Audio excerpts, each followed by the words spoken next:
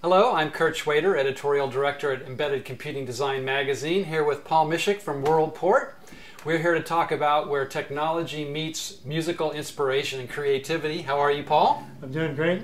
Appreciate talking with you today. It's fun. Great. Yes, Paul's with WorldPort. That's his band. Tell us about technology and kind of your history and where you even started with music and how technology got involved with it. Okay, I was originally a trumpet player. I saw the instrument, the EVI, electronic valve instrument. It's fingered a lot like a trumpet.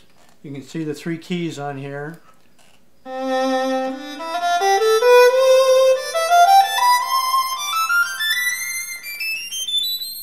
It's got 7 octaves, which I never quite got on the trumpet. But those combinations are not quite enough to get all the notes. Mm-hmm. So there's a couple more keys here. This is a key that gives a harmonic. So it's kind of like a bugle.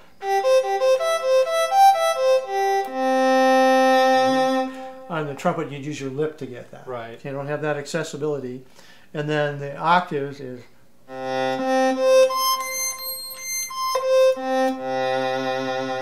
Is that canister down here. Okay. And the basic building blocks that's making all that happen are just oscillators? On this sound, this is a very simple sound. I'll demonstrate it without the control mechanisms that I use to make the music out of it.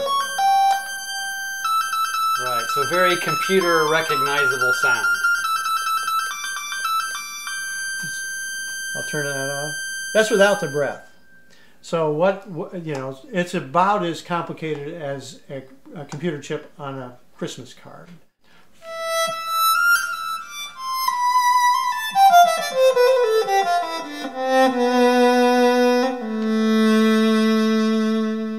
So you can tell the difference.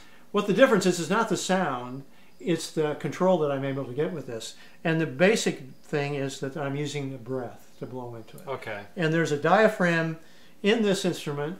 So there's a tube, actually, there's a mouthpiece for it, but it doesn't come with a hole in it. So you just cut the hole in the mouthpiece. At least there's some of them that don't come with it, so this one didn't. So there's a tube that goes into a diaphragm, and that diaphragm pushes against a capacitor. Okay. So when that changes into voltage, and that's a very smooth natural curve for me as a musician. So the harder I blow,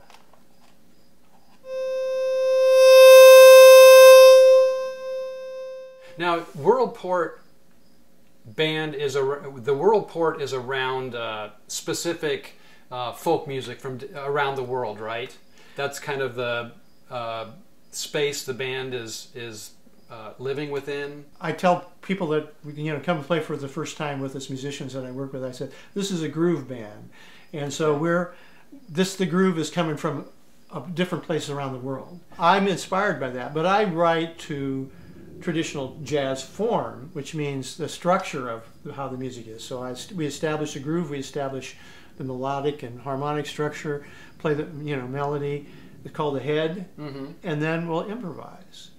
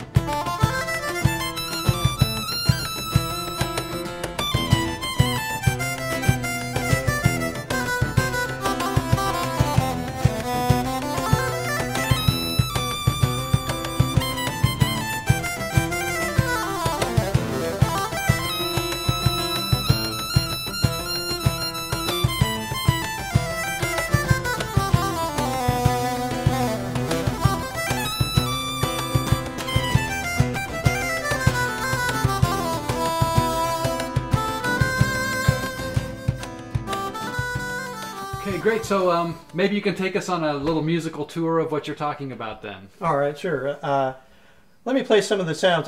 This, as I said, this is an analog synthesizer basically, controlled with digital control, and it gets a couple of sounds like the violin sound that I played earlier, and it gets the way I think about it is kind of a harmonica sound.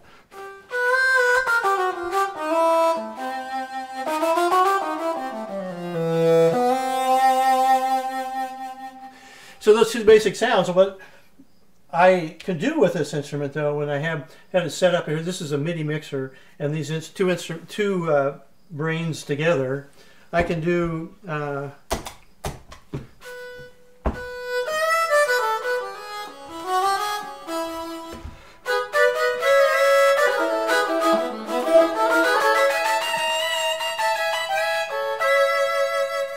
So I'm able to, develop a harmonic with something I couldn't do. I mean, Roland Curt would do it, but I couldn't sing along and play or whatever. I couldn't do it as a horn player. Now I'll play a little bit from sampling synth. This is a Kurzweil unit that I've used for a long time, and it kind of was like, as one of the drawbacks of this is that I can't find another one quite like this. I'd like to have a straight backup. So if anyone has one, let me know. Maybe there's a technologist out there that will listen to this and develop one. So this is from a sample.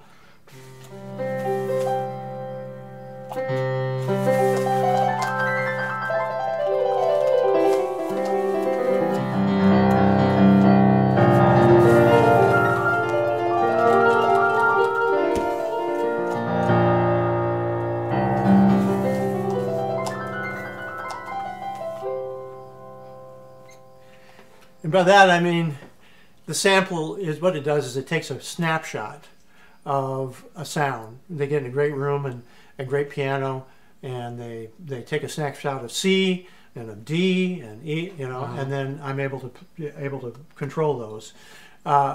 What I don't do with this group is do sequencing. In other words, we don't record something and a MIDI thing and then have it played back while we play live. I want the live feel. That's really what I'm after. That's why the improvisation, and it's as I'm going for better than perfect. In other words, I want that human touch when the time shifts. We get a little excited. We go a little faster, maybe, or something happens that gives us a little different feel for what that. So I'm after all of that. Well, in those. Here I'll play another. These are built on samples. These are percussion samples.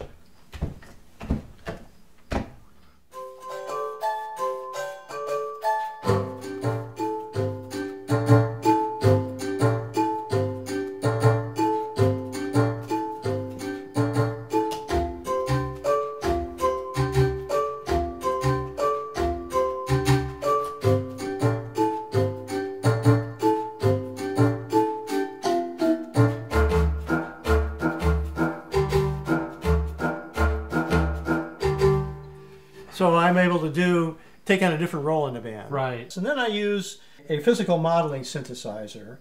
I'm thinking of the way a clarinet player would play with a klezmer band. So.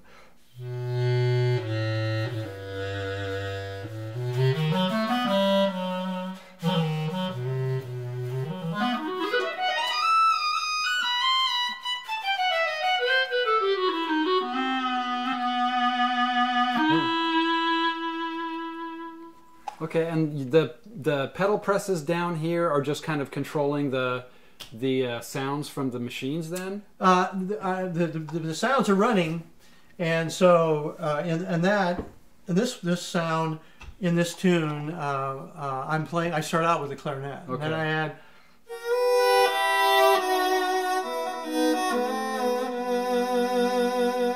So like I'm thinking I'm adding like a couple violins right. with that. Okay. And then I'm switching to those violins.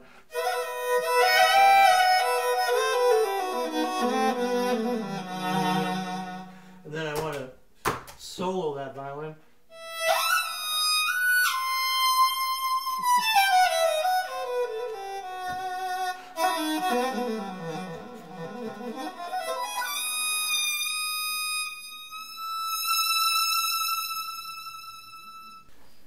well, I played for a long time with horn sections, and so it's fun to kind of capture some of that feeling.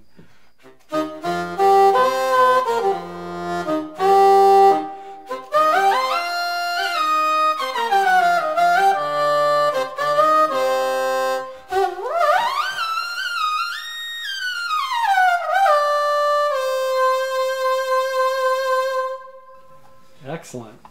Well, there you have it. That's where digital inspiration meets musical creativity. Well, thanks very much. Yeah, thank you very much. Great talking with you. You too.